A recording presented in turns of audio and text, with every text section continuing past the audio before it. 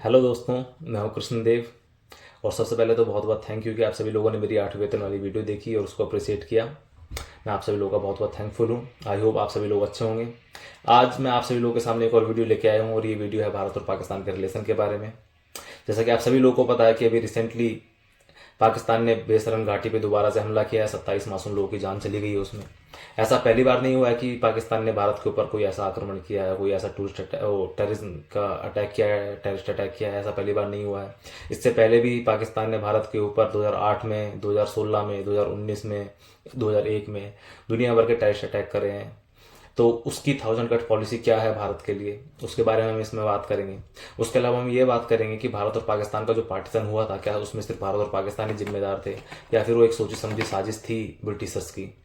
ठीक है, जो पाकिस्तान पीओके का जो मुद्दा है, क्या ये भी भारत और पाकिस्तान के बीच का ही मुद्दा था या ये भी जो एक प्लॉय था, मतलब एक चालबाजी करी गई थी ब्रिटिशर्स के द्वारा, उसके बारे में थोड़ी सी हम बात करेंगे। ठीक है।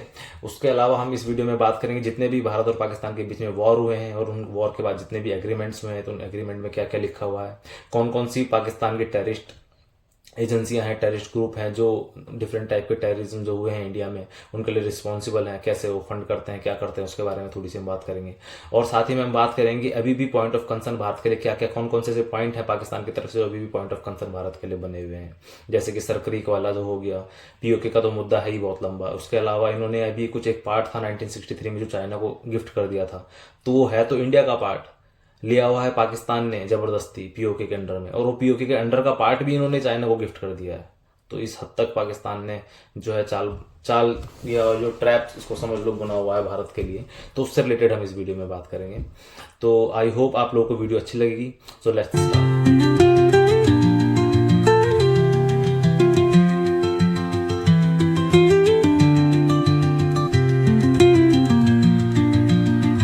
सबसे पहले तो बात करते हैं कि पार्टीशन का रीजन क्या था, मतलब क्यों पार्टीशन किया गया था, कि भारत और पाकिस्तान ही उसमें इन्वॉल्व थे।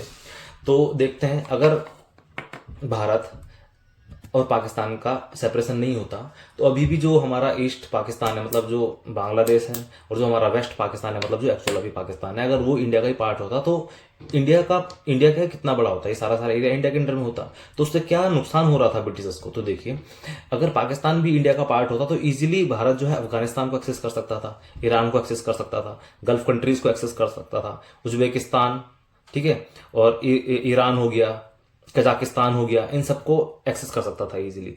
अगर हम दूसरी साइड देखें तो बांग्लादेश वाला एरिया भी अगर इंडिया का होता तो साउथ ईस्ट एशिया जितना भी है हमारा, म्यांमार हो गया, कंबोडिया हो गया, थाईलैंड हो गया, इन सबको इजीली एक्सेस कर सकता था, मतलब ठीक है ना।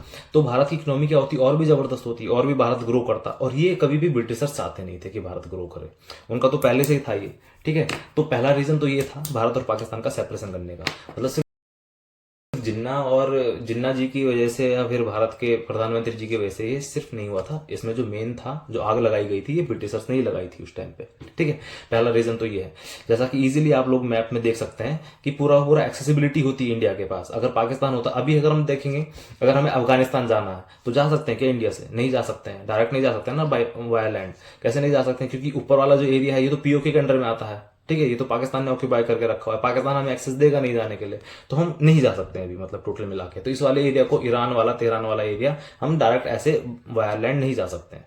ठीक है, तो अगर ये एरिया होता तो बहुत जबरदस्त इकोनॉमी होती भारत की इकोनॉमी, और भारत की इकोनॉमी का वर्ल्ड में एक और जबरदस्त कंट्रोल होता पूरे वर्ल्ड की इकोनॉमी पे भारत का, है ना। और ये ब्रिटिश नहीं चाहते थे। तो पहला तो था ये।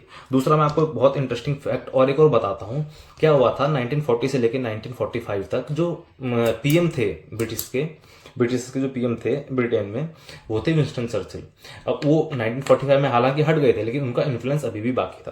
तो उन्होंने क्या है, एक संदेश भेजा था अपने, जो उनके जो, जब भारत और पाकिस्तान अलग अलग हो गया तो जो पाकिस्तान के जो आर्मी के जो चीफ थे वो थे डगलस ग्रेसी। तो उन्होंने डगलस ग्रेसी को एक संदेश भेजा, और संदेश में ये बोला गया था कि भारत और पाकिस्तान का सेपरेशन हो गया है, ये तो अच्छी बात है, बहुत अच्छी बात है, लेकिन कुछ ऐसा और होना चाहिए कि जिससे भारत का कोई ना कोई टुकड़ा हमेशा पाकिस्तान के पास रहे।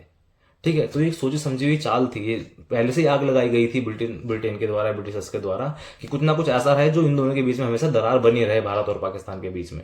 क्योंकि उनको इसी चीज का सबसे बड़ा खतरा, इनको इसी चीज का था कि भारत को एक्सेसिबिलिटी मिल जाएगी, पूरा मिडिल ईस्ट की ये सारा सारा एरिया को, गल्फ की ये सारा सारा एरिया को एक्सेसिबिलिटी मिल जाएगी, और वो कभी नहीं चाहते थे कि इंडिया ग्रो करे। तो दूसरा उन्होंने ये रीजन था। तो क्या हुआ, ठीक है। तो उन्होंने डगलस ग्रेसी को ऑलरेडी बोला हुआ था कि आप लोगों ने कुछ ना कुछ ऐसा करना है जो हमेशा ये दरार बनी रहे। तो इसीलिए जो पीओके का जो मुद्दा है वो यहां से उठा हुआ है। जो पीओके जो कश्मीर ऑक्यूपाई करा था उन्होंने, पाकिस्तान ने, इसको हम पाकिस्तान ऑक्यूपाइड कश्मीर बोलते हैं, या जो गिलजित बल्तिस्तान वाला जो एरिया है, ये कहां से ये दिमाग में आया ऑक्यूपाई करने का? ये यहां से दिमाग में आया था। कहां से? विंस्टन चर्चिल के उससे। और ये बात ऑलरेडी आर्मी चीफ को जो थी, मतलब पंजाब का जो आर्मी चीफ था, उसको पता थी, लेकिन जवाहरलाल नेहरू जी को ये बात पता नहीं थी। ठीक है। तो ये आप आई होप कि आप लोगों को अभी क्लियर हो गया होगा कि ये जो पाकिस्तान का जो मुद्दा है, ये पीओके वाला, ये कहां से स्टार्ट हुआ है। आज से स्टार्ट नहीं हुआ, ये आग लगाई गई है 1947 में, वो भी ब्रिटिशर्स के द्वारा, और ये लगातार चले जा रहा है। और मुझे लगता नहीं कि ऐसे खत्म होगा ये। जब तक पाकिस्तान खत्म नहीं होगा तब तक होगा नहीं खत्म। पाकिस्तान खत्म हो जाएगा तो शायद ही खत्म हो जाए एक दिन। ठीक है। तो आई होप कि आपको इसमें क्लियरिटी मिली होगी इस चीज पे कहां से स्टार्ट हुआ। अब चलो हम इसका सेकंड पार्ट की बात करते हैं।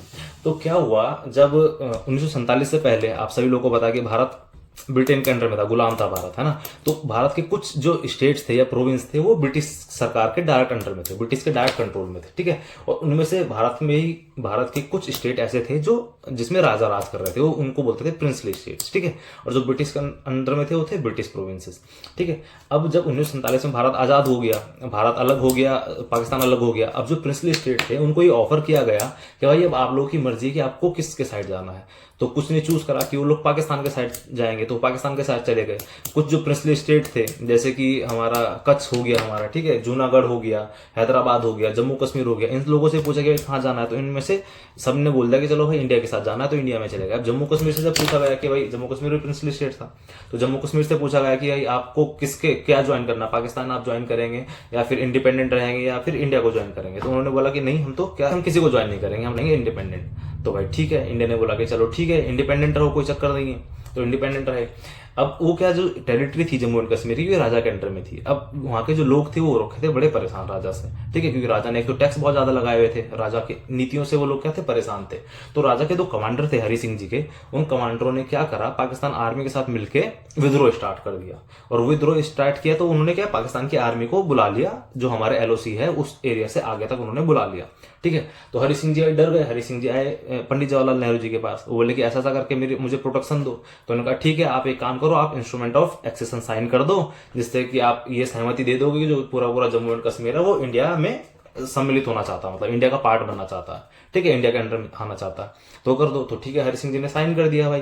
तो साइन कर दिया तो ओके हो गया। तो भारत ने अपनी, उस टाइम पे फिर पहला वॉर स्टार्ट हुआ था इंडिया और पाकिस्तान के बीच में 1948 में। ठीक है। आई होप कि आपको पहला वॉर का पता चल गया और कैसे सारे सारे मुद्दे स्टार्ट हुए, पीओके वाला ये भी आपको पता चल गया। ठीक है। ये स्टार्ट हो गया। आई होप इतना आपको क्लियर हो गया होगा, है ना। तो क्या हुआ, 1948 का जब लड़ाई हो गई, आर्मी भेज दी गई, आर्मी ने, भारत की आर्मी ने उनको पुश कर दिया पीछे। ठीक है। लड़ाई सारी सारी शांत हो गई। उसके बाद क्या हुआ, माउंटबेटन, उस टाइम पे भी देखिए ब्रिटिशर्स के हाल, उस टाइम पे लॉर्ड माउंटबेटन थे, उनके इन्फ्लुएंस में आके उन्होंने क्या करा, हालांकि पाकिस्तान और इंडिया दोनों मिलकर इसको सुलझा सकते थे उस टाइम पे ही, लेकिन उन्होंने क्या करा, इस चीज को डाल दिया उन्होंने किसके पास, पंडित जवाहरलाल नेहरू जी के दिमाग में डाल दिया कि आप इस मुद्दे को ले जाओ यूएनएससी के पास, यूनाइटेड नेशंस के पास ले जाओ, वो इसको सॉर्ट करेगा। अब पंडित जवाहरलाल नेहरू जी को भी यही लगा कि भाई हाँ ठीक, सही बात है, क्योंकि सारी सारी गलती तो पाकिस्तान की है, पाकिस्तान ने जबरदस्ती कैप्चर करा है ये इतना इतना एरिया, और हमारे पास तो इंस्ट्रूमेंट ऑफ एक्सेशन भी है साइन किया हुआ, जिसमें सहमति दी है कि भाई ये पूरा पूरा जो एरिया है भारत के अंडर में आना चाहता है, तो हाँ ठीक है, हमारे फेवर में ही होगा जो भी निर्णय लिया जाएगा। उनको भी यही लगा। तो फिर इस 1948 का जो युद्ध था, इसका जो क्या था, मीडिएटर जो था वो बन गया यूएनएससी, मतलब सुलझाने का काम या कॉम्प्रोमाइज का काम कर लीजिए, या फिर एग्रीमेंट का जो काम करा वो करा यूएनएससी ने, और इसी एग्रीमेंट को हम लोग बोलते हैं कराची एग्रीमेंट। ठीक है। आई होप आप लोगों को इतना क्लियरिटी मिल गई होगी। तो क्या हुआ इस कराची एग्रीमेंट में, क्या हुआ देखिए, ये कराची एग्रीमेंट जो है, और इसने एक बाउंडर और बना, इसके ये तो पीओके का तो था ही बाउंडर, इसके अलावा एक बाउंडर और बना दिया कराची एग्रीमेंट ने। सबसे पहले तो यूएनएससी का क्या था, यहाँ पे यूएनएससी को करना चाहिए था कि हाँ भाई इंडिया का है, इस पे लीगली जो राइट है, इंडिया का लीगल राइट है, लीगली तो इंडिया का है ये, तो इंडिया को दे देना चाहिए था, लेकिन यूएनएससी ने ऐसा नहीं करा। उसने दुनिया भर के रिजोल्यूशन लगा दिए। ठीक है। और बोलता है कि अब यहाँ पे ऐसा नहीं होगा, यहाँ पे होगा प्लेबिसाइट। साइड मतलब वहाँ के जो लोकल लोग होंगे, जो जम्मू एंड कश्मीर के जो रीजनल लोग होंगे, लोकल लोग होंगे, उनसे वोटिंग कराई जाएगी, उनसे पूछा जाएगा कि भाई आप लोग किसके तरफ जाना चाहते हैं, आप इंडिया की तरफ जाना चाहते हैं, तो अगर मैक्सिमम लोग इंडिया की तरफ जाएंगे तो इंडिया का पार्ट बन जाएगा चाहेंगे तो, और अगर बोलेंगे मैक्सिमम लोग बोलेंगे नहीं हम पाकिस्तान में रहना है, तो फिर पाकिस्तान के साइड जाना है, तो फिर ये पाकिस्तान का पार्ट बन जाएगा। ऐसे होना था। लेकिन उसकी कंडीशन रखी यूएनएससी ने कंडीशन ये रखी कि ये वोटिंग तभी होगी जब भारत अपनी पूरे के पूरे जितने भी लोग हैं भारत के यहाँ से कश्मीर के अलावा वो सारे सारे लोगों को वापस बुला ले रीजन में अपने, और पाकिस्तान की जितनी भी ट्रूप्स आर्मी के ट्रूप्स है यहाँ पे वो सारी सारी पाकिस्तान की आर्मी की ट्रूप वापस पाकिस्तान में चली जाए, तो तब ये वोटिंग होगी और उसके बाद जो होगा निर्णय वो लिया जाएगा। तो लेकिन वो वोटिंग आज तक नहीं हुई है क्योंकि ना तो पाकिस्तान ने अपनी आर्मी हटाई है ना फिर वहां से इंडिया के लोग अभी तक हटे हैं, ठीक है। और इंडिया ने भी अब तो अपनी आर्मी नहीं हटा सकता इंडिया, वैसे भी पता ही आप लोगों को क्या हाल है ना। तो ये आज तक वो वोटिंग हो नहीं पाई है। पहला तो सबसे बड़ा मुद्दा इस जो एग्रीमेंट था कराची एग्रीमेंट जिसको यूएनएससी ने मीडिएट किया था, सबसे बड़ा मुद्दा तो ये उठा। दूसरा मैं आप लोगों को एक और इंटरेस्टिंग बात बताता हूँ। आप कभी गए होंगे ना मार्केट में, आप लोगों ने कभी पेन परचेज करा होगा ना, उस हर पेन पे देखेगा उसके पैक पे देखिएगा आप, उस पैक पे क्या होता है एक साइज लिखा होता है पेन का, निब का साइज लिखा हुआ 0.05 mm या 0.5 mm ऐसे एक साइज लिखा होता है। तो आप लोगों को पता है क्यों लिखा गया है वो साइज, मतलब क्या है उसका मतलब, मैं आपको बताता हूँ। तो उस जो साइज लिखा होता है ना, सब एक पेन के उस पर लिखा हुआ है कि इस पे लिखा हुआ है 0.5 mm, तो उसका मतलब है कि अगर हम इस पेन से, ये एक पेन है सपोज, ठीक है, अगर इस पेन से मैं कोई लेटर लिखूं, कोई अक्षर लिखूंगा या कोई लाइन बनाऊंगा, कुछ भी बनाऊंगा, तो उसका कम से कम जो थिकनेस रहेगी या उसका जो साइज रहेगा वो 0.5 mm तो आएगा ही, है ना। क्योंकि इसके रैपर पे लिखा है इसका जो निब का साइज है वो 0.5 mm है, इतना तो आएगा ही, उससे कम उससे छोटा का ये अक्षर नहीं लिख सकता। अगर कोई मुझे बोले कि भाई 0.25 mm का कोई वो लिख दो, इससे क्या कोई सिंबल बना दो या लेटर लिख दो, तो इससे नहीं लिखा जा सकता, उसकी थिकनेस कम से कम उतनी तो आएगी, मतलब वो उसका एरर है, ये मिनिमम एरर है एक पेन का, वो इतना एरर हमेशा दिखाएगा ही। अगर मैं उस पेन से कोई लाइन खींचूंगा तो उस लाइन की जो थिकनेस रहेगी 0.5 mm में रहेगी, ये तो ओके है, इतना तो ओके हो गया। तो क्या हुआ, जब ये एग्रीमेंट हो गया तो उन्होंने क्या करा, एक लाइन ड्रॉ करी मैप में एक लाइन ड्रॉ करी गई और उस लाइन का नाम दिया गया सीज फायर लाइन, कि भाई इस लाइन से इधर वाला जो एरिया है वो पाकिस्तान वाले का है, अगर यहाँ से कोई उधर जाएगा तो फायरिंग होगी और यहाँ से कोई इधर आएगा तो फायरिंग होगी, ऐसे एक सीज फायर लाइन बनाई गई, ठीक है। अब उस लाइन को जो इन्होंने मार्क किया गया वो इन्होंने बहुत मोटे मार्कर से मार्क करा। अब समझो आप, अगर कोई एक बारीक 0.05 mm से कोई मार्क कर रहा है तो एरर बहुत कम रहेगा, उसकी थिकनेस जितनी होगी उतना कम रहेगा। अब मैं इतने मोटे मार्कर से अगर मार्क कर दूं लाइन, तो दोनों साइड के एरिया एक तो आ जाएंगे, ज्यादा क्लैरिटी नहीं आएगी ना, दोनों साइड के एरिया आ जाएंगे और जहां पे जो टर्मिनेशन पॉइंट होगा उससे आगे का पॉइंट भी आ जाएगा उसमें, क्योंकि थिकनेस ज्यादा है निब की। तो वही सेम केस यहाँ पे हुआ। तो जिस मार्कर से इन्होंने मार्क करा था उसकी वजह से 1 किलोमीटर का तो डिफरेंस वो आता है एक्चुअल और उसके हिसाब से, मैप के हिसाब से 1 किलोमीटर का तो वो डिफरेंस है। दूसरा ब्लंडर इसका जो एग्रीमेंट था। तो अब बात करते हैं इसके तीसरे ब्लंडर की, जो इसका सबसे बड़ा सबसे मेजर ब्लंडर जो था वो था इसका तीसरा ब्लंडर। उसकी वजह से पीयूके का तो मुद्दा एक था ऑलरेडी, उसकी वजह से एक और मुद्दा स्टार्ट हो गया, वो हो गया सियाचिन ग्लेशियर का स्टार्ट। अब पाकिस्तान क्या बोलता है कि सियाचिन ग्लेशियर क्या हमारी प्रॉपर्टी है इस एग्रीमेंट के बाद, ठीक है। इंडिया बोलता है कि सियाचिन ग्लेशियर हमारी प्रॉपर्टी है। वो क्यों मुद्दा स्टार्ट हुआ, लेट्स डिस्कस अबाउट दैट, ठीक है। तो क्या हुआ, मैं मैप में आपको बताता हूँ, इसको ज्यादा क्लैरिटी मिलेगी, ठीक है। अब देखिए जो आपको ग्रीन वाला जो एरिया दिख रहा है ना, ये एरिया एक्चुअली है तो कश्मीर का है, इंडिया का, लेकिन ये पाकिस्तान ने ऑक्यूपाई कर लिया है, इसलिए इसको पाकिस्तान ऑक्यूपाइड कश्मीरी बोलते हैं, पीओके बोलते हैं इसको, ठीक है। ये जो ग्रीन वाला एरिया दिख रहा है इस साइड से जाते हुए, ये पूरा एरिया, ठीक है।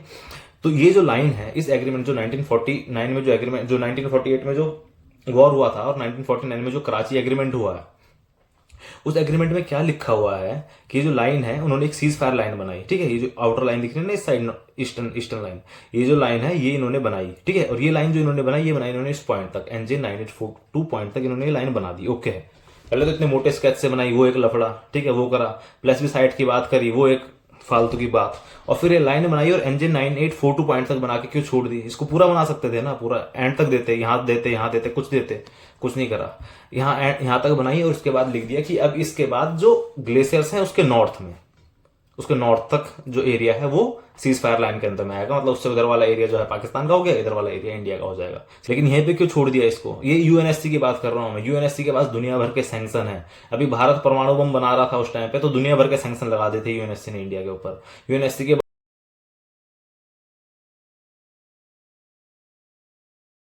बदौलत इंडिया जो है उसका मेंबर नहीं है, ठीक है ना, दुनिया भर की चीजें खैर छोड़ो।